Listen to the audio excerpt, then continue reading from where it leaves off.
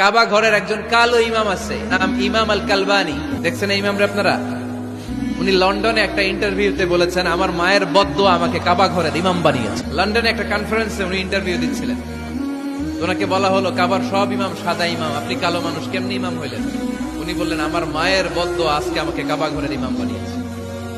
উনি বললেন, আমি ছোট্টবেলা অনেক বদের হাট দিছিলাম, আমার মতো দুষ্ট আমার এলাকায় কোনো ছেলে ছিল না।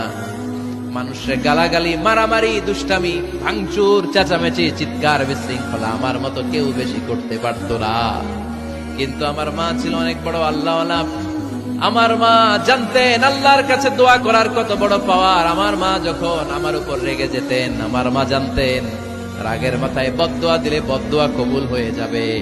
এজন্য যখনই আমি বেশি দুষ্টামি শুরু করে দিতাম, আমার মা রেগে আমারে বদদোয়া দিয়ে বলতেন, আল্লাহ তোরে হেদায়েত দে, আল্লাহ তোরে কাবা ঘরের ইমাম বানায় দে।